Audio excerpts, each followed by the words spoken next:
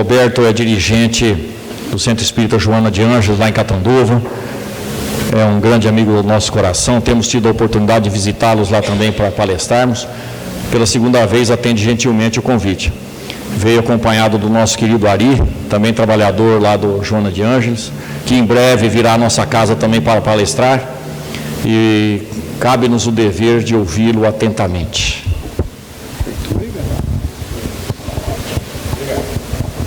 Nossa boa noite a todos. Que Jesus possa nos favorecer, nos iluminar, nos inspirar na noite, ao mesmo tempo que o clima de fraternidade, de paz que se forma nesta augusta casa, possa também favorecer todos aqueles que estão em nossos pensamentos, em nossos sentimentos, notadamente aqueles que estão enfrentando as suas dores, as suas dificuldades, as suas provas. Nós somos de família espírita, ou seja, os nossos bisavós já eram espíritas.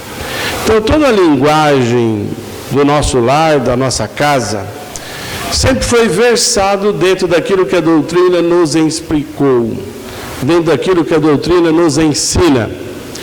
Então, eu cresci ouvindo sobre mediunidade, sobre reencarnação, sobre pluralidade dos mundos habitados, sobre lei de causa e efeito, da generosidade e bondade de Deus, da comunicabilidade dos espíritos.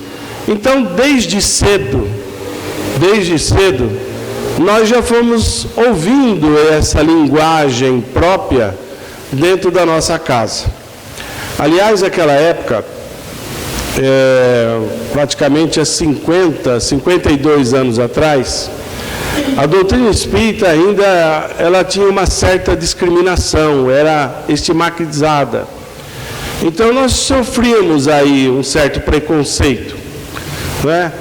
Mas mesmo assim, dentro daquilo que nós sentíamos no coração, daquilo que nós recebíamos, daquela vibração carinhosa que os amigos espirituais sempre nos envolveram, nós nunca em momento algum nos amedrontamos.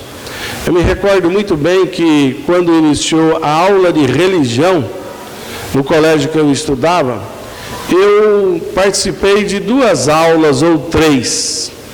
E dentro dessas 3 aulas, quem ministrou-as foram aquelas pessoas que eram vinculadas à Igreja Católica, os ministros da Igreja, né? Eram pessoas que ajudavam o padre, ajudavam na coletividade católica e, consequentemente, ela ia nas salas de aula, né? Dentro do horário previsto, do dia previsto, e faziam lá as suas colocações, né? Dentro daquilo que o catolicismo ensinava. Como eu sempre tive um apelo religioso muito grande, eu me propus a ouvir essas aulas de religião, que hoje não existem mais. Muito bem, numa determinada situação ou numa determinada aula, eu percebi que aquele pessoal que fraternalmente ia até a sala de aula, e nenhuma crítica da nossa parte, começou a criticar a doutrina espírita, falando que comunicabilidade com o espírito não existia, que reencarnação também não, para nós não nos ligarmos a isso, que era obra do demônio, era obra disso, era obra daquilo. E eu fiquei incomodado com aquelas citações. O porquê do incômodo? Porque na realidade eu sentia no meu coração que nada daquilo que estava sendo colocado era verdadeiro. Que a doutrina falava de uma maneira simples, amorosa e profunda, e quem de fato estudasse, quem se envolvesse com a nossa querida doutrina dos Espíritos, ia perceber que havia mesmo um bom senso naquilo que a doutrina nos ensinava. Então, consequentemente, aquilo começou a me chocar, a nos chocar. E eu, para não criar uma confusão maior, e de repente erguer a mão e refutar aquilo que os irmãos da Igreja Católica estavam dizendo, eu preferi tomar outro caminho, outra atitude. Eu cheguei para minha mãe, para minha avó, e falei-lhes: olha, tem aula de religião, como vocês me orientaram para assisti-la, eu assisti, mas está acontecendo assim, assim, assim, assim. Bom, a minha avó, muito destemida, muito resoluta, ela, no outro dia, buscou a direção da escola. O diretor da escola, que naquela época era respeitadíssimo, ia trabalhar de terno, né? Os professores tinham respeito dos seus alunos. Hoje, coitados dos professores, eu sou um deles, né? Eu me formei em educação física. Eu posso dizer que os alunos, se o professor lediar, ele está com o professor para fora da sala de aula, né? Então mudou todo esse relacionamento. Mas à época, o diretor ia de terno. Ele tinha sala e antessala, ele tinha secretária que fazia os agendamentos para os pais dos alunos conversarem com ele, né? E a minha avó, a dona Angelina, que não era fácil, diga-se de passagem, foi procurá-lo, né? Vou fazer um parênteses, falar um pouco da minha avó. Na última vez que eu falei dela, né, Ana Val? Não sei se você lembra. A minha avó ficou viúva com 33 anos e 5 filhos. 5 filhos. E olha, a primeira casa residencial depois da rua da zona do Meretrício era da minha avó. Então, viúva com 33 anos, com 5 filhos, sendo a primeira casa familiar depois do quarteirão da zona do Meretrício. 6 horas da tarde, ela, como uma galinha, recolhia os filhos e trancava a casa toda, apagava as luzes e lá fora a coisa fervia, né? E ela então deu aos meus tios, notadamente a minha mãe, uma cultura muito interessante, porque já que eles não podiam sair à noite, então qual era o programa noturno antes de dormirem? Era ler, ouvir música, recitar poesia, contar histórias. Então vejam como a base que eles foram recebendo foi uma base de sustentação, uma base educacional espírita, mas ao mesmo tempo que foi dando condição emocional para eles enfrentar a dificuldade, já que eles eram aí de 8, 9, 10, 11, 12 anos. Então, eles tiveram por parte da minha avó essa dedicação, esse altruísmo em torno da educação e, consequentemente, então, a minha avó era uma pessoa muito destemida, não é? Muito bem, então ela procurou o diretor a recebeu e a partir daí eu não mais frequentei as aulas de religião. Façamos uma ideia. Num colégio de por volta de 2.000 alunos, o único espírita, ou melhor dizendo, os 2 únicos espíritas do Barão do Rio Branco, lá em Catanduva, era eu e o João Esgrignoli. Quem era o João Esgrignoli? Era o dono da lanchonete, da cantina do colégio do Barão do Rio Branco. Então façamos uma ideia. Entre 2.000 alunos, tinha 2 espíritas, pelo menos declarado. Poderia ter outros que não se declaravam, mas declarados eram 2. Muito bem, então eu ficava no pátio da escola, aquele imenso pátio inteiro vazio, sentado num banco, conversando com o João, que também não tinha aluno para servir. Ficávamos conversando do quê? De doutrina espírita. À medida que eles falavam da aula de religião lá na sala de aula, nós rebatíamos aqui em menos pessoas encarnadas, mas muito mais desencarnados, nós rebatíamos aqui, né? Aquilo que eles, de uma maneira equivocada, colocavam nas salas de aula. Pois bem, então eu cresci dentro desse ar dentro desse hausto de doutrina espírita todos os dias da nossa vida. Porém, eu devo confessar que, efetivamente, quem passou a dedicar-se e tornou-se um trabalhador espírita, da minha casa praticamente só fui eu.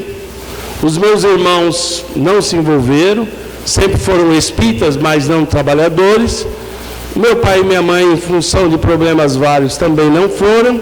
A minha avó, por estar já com uma idade avançada, também não pôde dedicar-se, apesar que ela era extremamente caridosa e nos ensinou a prática da caridade na sua essência, no dia a dia. Então nós vivemos e começamos a frequentar o centro espírita, levado pela primeira vez pela minha mãe. Aliás, as mães daquela época, elas usavam muito de psicologia. Nós éramos educados na base da psicologia. Hoje à noite você vai comigo no centro. Tinha 7 para 8 anos. Falei, meu Deus, é hoje, né? Chegamos no centro, entramos, ela olhou a cadeira da primeira fileira e falou, com toda a psicologia, claro, sente aí e preste atenção. Eu sentei e falei, agora sei lá o que vai acontecer aqui, né? O que é que vai acontecer? E aí então comecei a ouvir as primeiras palestras espíritas, com 8 anos, Henrique, e não parei mais. Eu acho que eu tenho o maior número rodado de palestra espírita do Brasil. Aliás, eu gosto.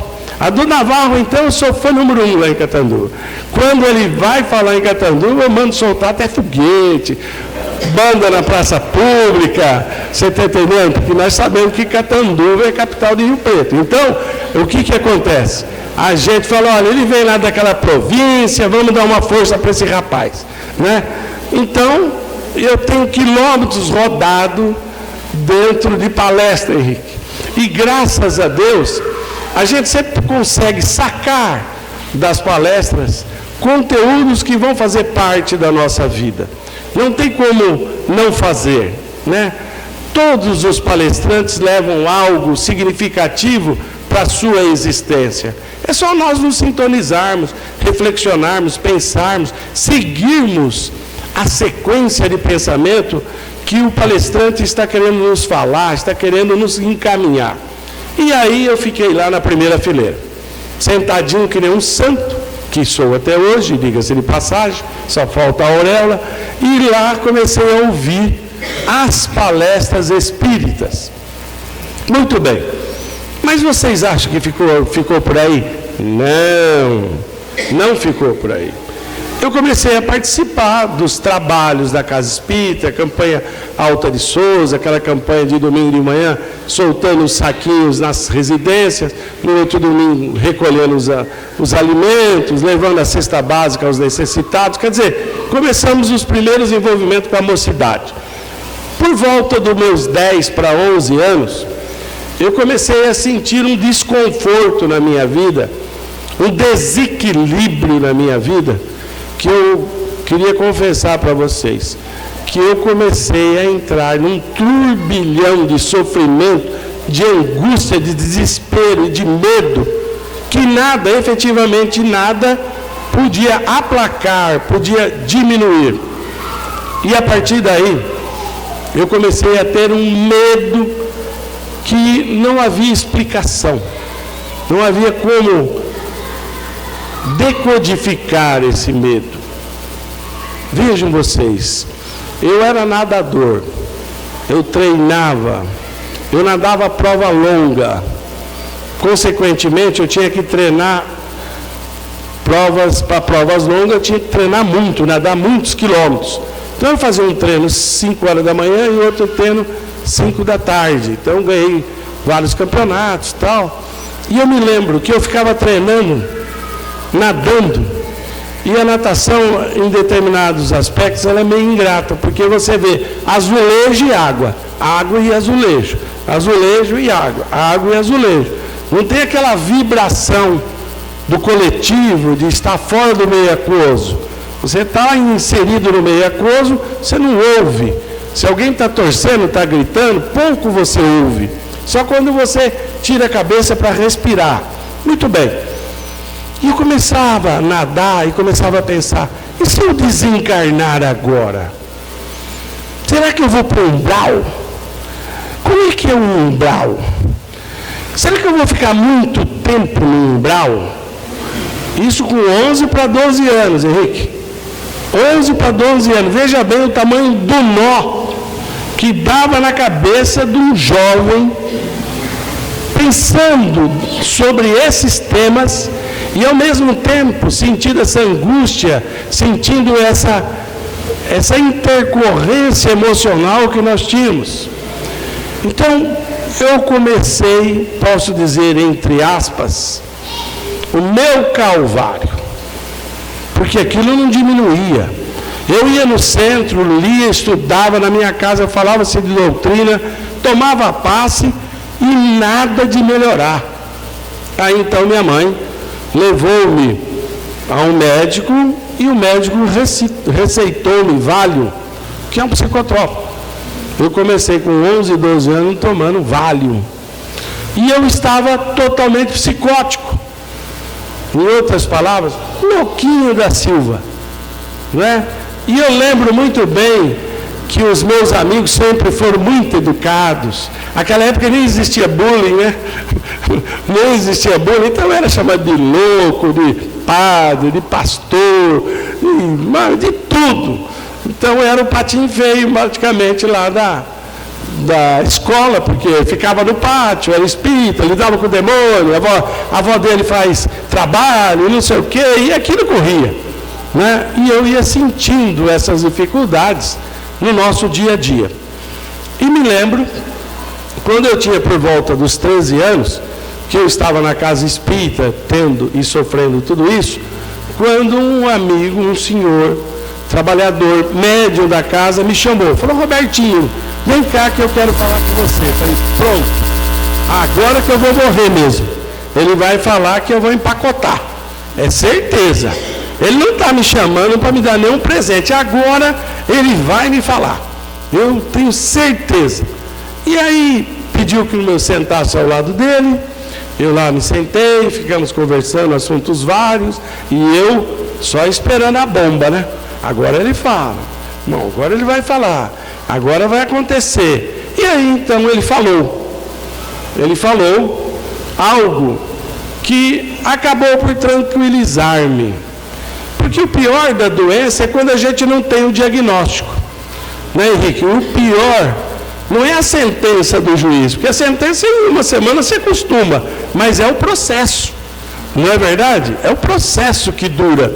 Então, quando ele falou, olha, Roberto, o que está acontecendo com você, os amigos espirituais já nos orientaram, inclusive orientaram que nós conversássemos com você, é que você está tendo um desenvolvimento de mediunidade precoce. A sua mediunidade está expandindo-se precocemente. Falei, graças a Deus, ele não falou que eu vou morrer. Né? Não é? Graça, estou salvo. Primeira coisa que eu pensei, eu sou um louco salvo, né? Um psicótico salvo. E aí então, ele começou a me orientar em termos do desenvolvimento mediúnico, culminando quando ele nos convidou para fazer parte do trabalho mediúnico, do trabalho de desenvolvimento mediúnico que a casa, como toda casa, tem. Então, por volta dos 13 anos, vocês não perderam o fio da meada, né? Não. E eu também espero que não. Eu espero que eu não tenha perdido, bem. Ele vai ao microfone, volta para o aparelho, pula daqui e dali, vamos em frente. Muito bem. Por volta dos 13 anos, onde estava o psicótico? Sentado na mesa mediúnica. Veja bem, 13 anos. E graças a Deus que isso aconteceu. Porque eu comecei a partir daí sentir um determinado alívio. É claro que eles tiveram todo o cuidado comigo. É claro que eles me ensinaram, me lecionaram uma série de situações da prática mediúnica. É claro que o livro dos médiuns foi estudado tanto no trabalho como na minha casa por mim. Quer dizer, ninguém foi fazer nenhuma incursão de maneira atabalhoada, sem noção, sem um direcionamento. Muito pelo contrário, houve todo um zelo por parte dos trabalhadores mais antigos da casa e me conduzir para que eu não ficasse pior do que eu já estava. E graças a Deus, e a partir daí eu comecei pouco a pouco me reequilibrar. Pouco a pouco me reequilibrar.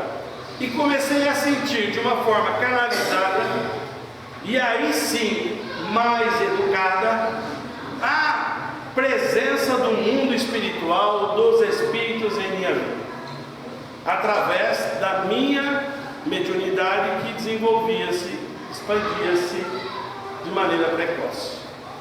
E graças a Deus, a partir daí, eu comecei a entender, porque eu ouvia, via, sentia espírito. Porque eu confesso para vocês que casa espírita nenhuma dá salvo-conduto para médium nenhum se equilibrar. Ah, eu sou espírita, eu vou no centro, estou equilibrado. Nananina, não. Isso não quer dizer nada, absolutamente nada.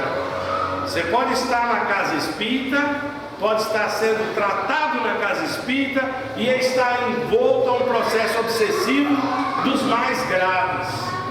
A casa espírita te ajuda, claro, te orienta, te esclarece, te educa, mas a sua parte, sua determinação, o seu esforço é seu, é individual.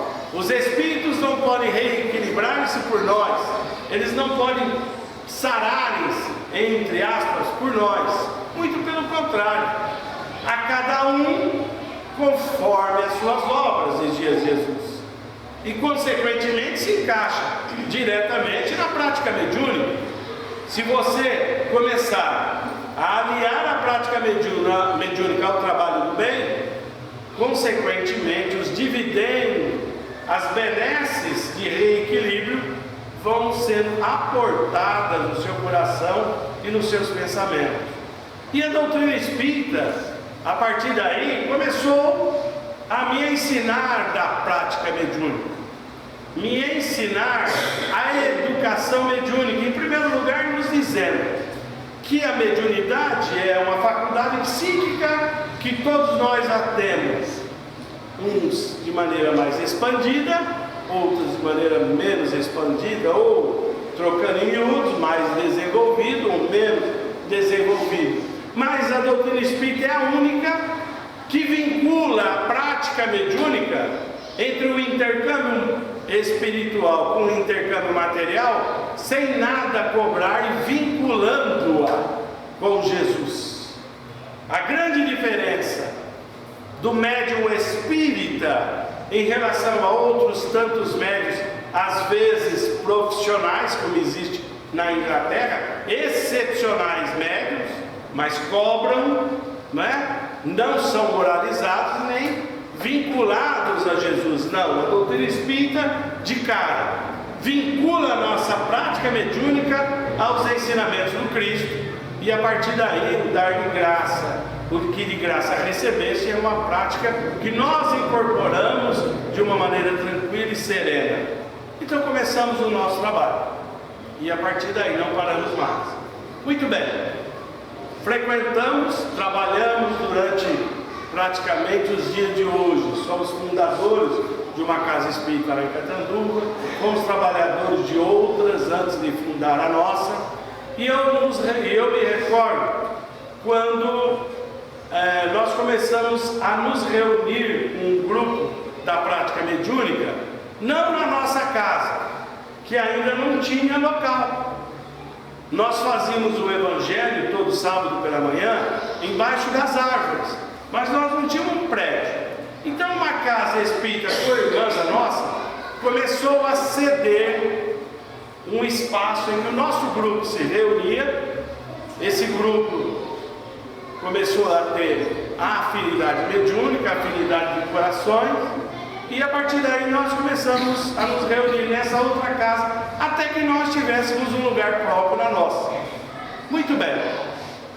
Quando nós começamos a frequentar essa casa com a irmã naquele horário cedido e nos reunirmos, pela primeira vez, numa determinada ocasião, nós sentimos a presença de um espírito extremamente generoso. E ele se aproximou de nós ficamos tão envergonhados que nós tivemos quase que vontade de entrar debaixo da mesa. Tamanha bondade, a generosidade, o carinho, a amorosidade com que ele nos envolveu. E nós ficamos pensando conosco mesmo, deve ser espíritos generosos que estão em visita aqui da nossa casa, que vieram até a nossa casa nos visitar, caravaneiros do bem, da luz, da prática do amor. E depois que terminou os trabalhos da noite, nós comentamos, puxa, maravilha, né? Vieram nos visitar, nos incentivar a continuar com a nossa casa, né? Que está lá em construção. E fomos todos felizes para as suas casas. Na outra semana, no mesmo dia, no mesmo horário, estávamos lá, de repente, a presença do mesmo Espírito, com a mesma generosidade, com a mesma bondade. E eu e os demais integrantes sentiram-se acanhados, né? E também, ao mesmo tempo, amorosamente envolvidos. E assim foi. E aí eu pensei comigo mesmo, olha, não são visitantes, são espíritos que provavelmente têm alguma tarefa por nós, conosco, melhor dizendo. E aí então a gente faz aquilo que costumeiramente a gente aprendeu na infância, né? Pergunta para quem sabe, ou melhor dizendo, pergunta para os mais velhos. E aí eu, que não sou tonto, né? Já tinha sofrido muito, né? Falei, eu sei para quem que eu vou ligar. Vou ligar para o nosso amigo Divaldo Pereira Franco, porque nós somos amigos desde 1972. O Divaldo vem a Catanduva, hospeda-se na minha casa. Nós temos uma tratativa de muito amor, de muito carinho. Toda a obra da nossa casa é ele que inaugura, ele que vem inaugurar. A nossa escola curricular, nós temos 200 alunos, chama-se Escola Espírita Divaldo Pereira Franco, né? Então, dá um diploma como qualquer outra. O que tem uma escola particular tem a nossa, né? Só que é para criança carente, ninguém paga absolutamente nada em termos de moeda, em termos de dinheiro. Então ligamos para o Divaldo, olha, assim, é um espírito assim. Ele falou, primeiro deu aquela risada baiana dele, né? Ele falou, Roberto, eu estou aí para Catanduva em breve, né? Está marcada a nossa palestra. Aliás, ele vai estar aqui em novembro agora, né? Dia 17 de novembro aqui em Rio Preto, 18 de novembro em Catanduva. Se vocês quiserem ir para a capital, vai lá a palestra do Divaldo. Muito bem. Aí então, ele falou, olha, quando nós formos aí, nós vamos conversar a respeito desse espírito que você está descrevendo. E nós ficamos ansiosamente esperando o Divaldo. Quando ele chegou, depois de tudo, de cumprir toda a agenda, a palestra, no outro dia pela manhã, quando ele estava para embarcar, ele me chamou. Falou, Roberto, eu queria dizer, esse espírito trata-se da nossa querida irmã Guadalupe, que vocês até receberam uma mensagem, né? Então, ela efetivamente é da Ordem de São Jerônimo, né? Da Ordem de São Jerônimo, e ela é da equipe de Joana de Ângeles. Ela se manifestou muitos anos através do médium da cidade de Buenos Aires, lá na Argentina. Vejam vocês como isso é importante, né? O espírito nosso é internacional, a nossa verdade. Então, eu caí bar, nasceu em Matama, aí perto. Quero ver lá no Buenos Aires, né? Fala outra língua. Muito bem, então ela comunicava-se através desse bailarino. Ele era médico, mas era bailarino do Teatro Municipal de Buenos Aires, que desencarnou jovem, com 44 anos. através de um câncer intestinal. De lá para cá ela nunca mais havia se manifestado.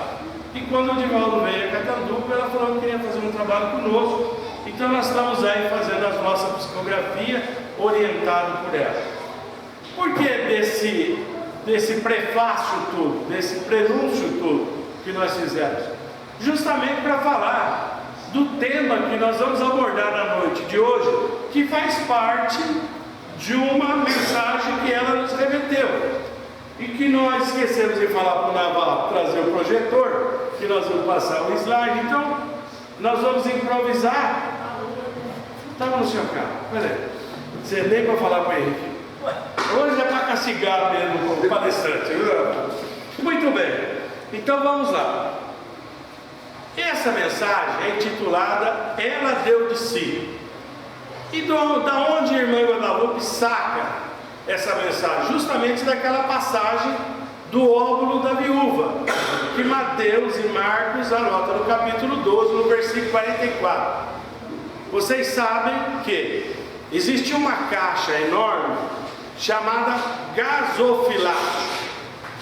Era uma caixa com uma tampa escaboteada, com dobradiças.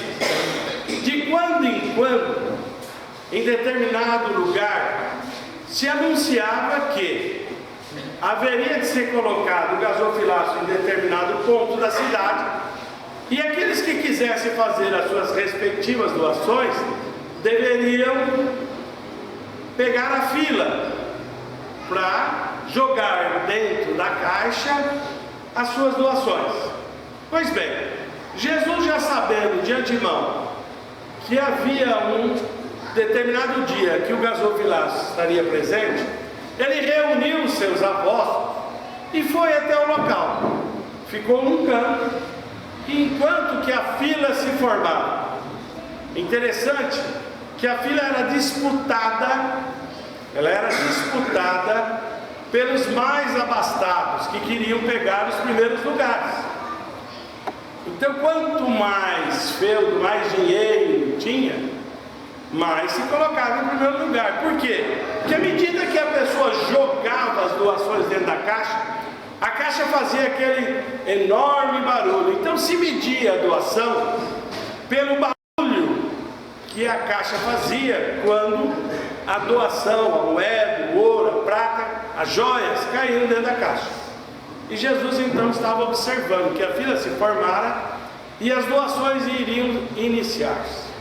E aí começaram a depositar na caixa, com aqueles gestos todos, mostrando para a multidão, jogando dentro da caixa, fazendo aquele enorme barulho. E a partir daí, a fila foi se formando, as doações foram se dando, quando de repente Jesus vê na fila uma senhora humilde. Ele vê na fila uma senhora vestida de maneira simples, em roupas rotas, sabe, rasgadas. E ele imediatamente, naquele instante, ao olhar essa pobre viúva, identifica nela a verdadeira doadora, aquela que daria de si, aquela que se entregaria junto com a sua doação. E naquele instante há entre o mestre e ela uma identificação amorosa daqueles que de fato querem estabelecer a generosidade e a bondade no seio da terra. E à medida que ela vai caminhando, as pessoas que estavam em volta começam a notar que ela não tinha o que doar. Ela carrega na mão somente 2 pequenas moedas.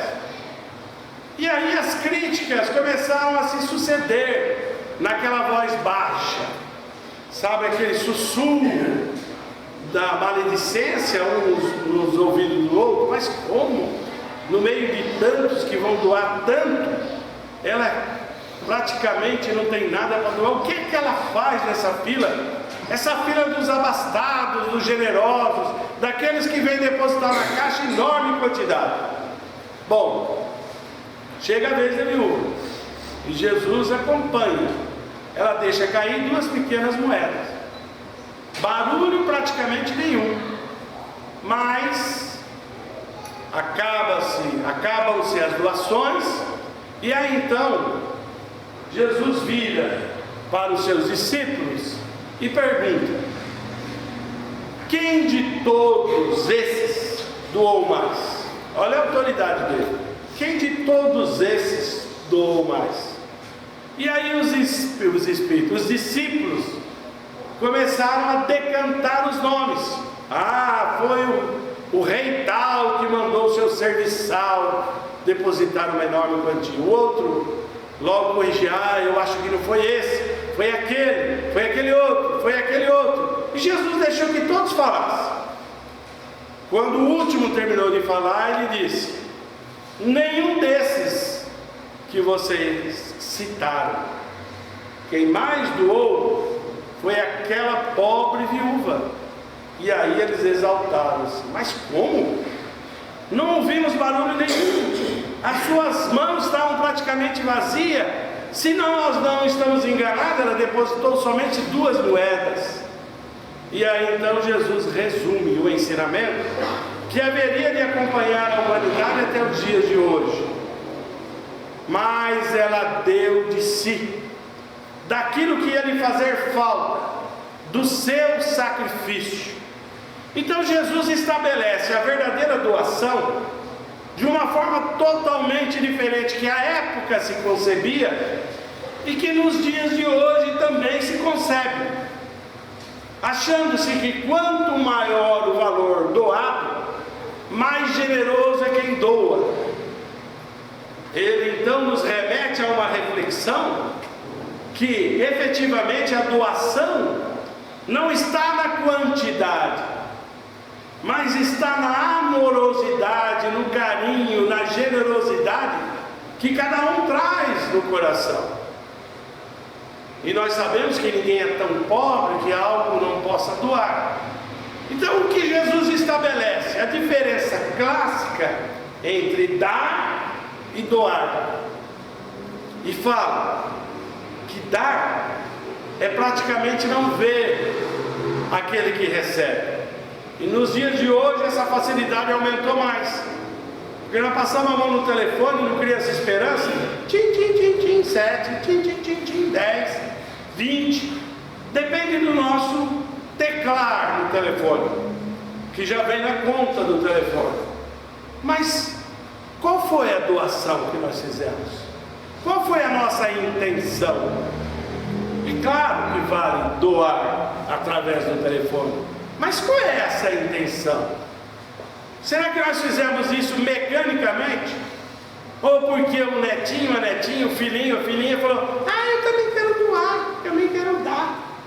E a gente, para fazer a vontade, ao invés de ensinar a verdadeira doação para o netinho, para a netinha, para o filhinho, para a filhinha, a gente faz a vontade e aperta as teclas frias do telefone, do aparelho do telefone.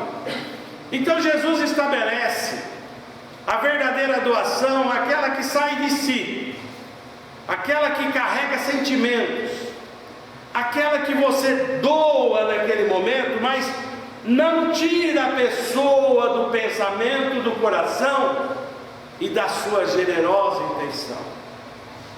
Nós podemos doar uma moeda, mas se nós levarmos no coração a pessoa e de quando em quando disparar um pensamento positivo, amoroso, carinhoso, uma prece singela em prol daquele que nós entregamos a moeda, entregamos o agasalho, entregamos o alimento, nós aí estamos sendo o quê? Doadores de nós mesmos. E nós vamos ter uma coisa conosco mesmo, que nós estamos perdendo. Nós vamos apaixonar pelo nosso coração. Nós vamos ficar apaixonados pelo nosso próprio coração. Não é uma questão de admiração, de exaltação de ego, não, longe disso.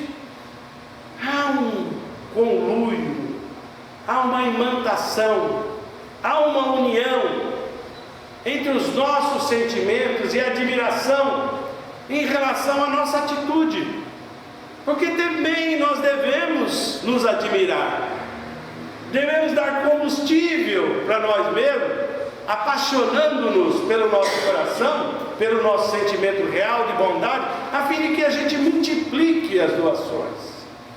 Ninguém precisa saber, ninguém precisa acompanhar. É algo que nós estabelecemos intimamente entre nós e nós mesmos. E aí então Jesus, dentro da sua generosidade, dentro da sua elevação, nos fala: não cai uma folha da árvore sem que o Pai saiba. Todos os cabelos da sua cabeça estão contados, a cada um conforme a sua própria obra, estabelecendo então em nós que nós podemos fazer essa doação, doando-nos de uma maneira quase que anônima para aquele que nos enxerga, mas uma visão dilatada em relação ao nosso próprio coração. Nós estamos nos apaixonando por tudo e por todos, mas não nos apaixonamos por nós mesmos, não nos amamos, não estendemos a vibração de amor por nós mesmos. Quando eu falo de paixão, não falo de paixão rasteira, vulgar, falo de paixão elevada, sublime. Então nós somos capazes hoje de amar a tudo, mas esquecemos de amar a nossa própria generosidade como fonte de alimento para a continuidade das nossas doações.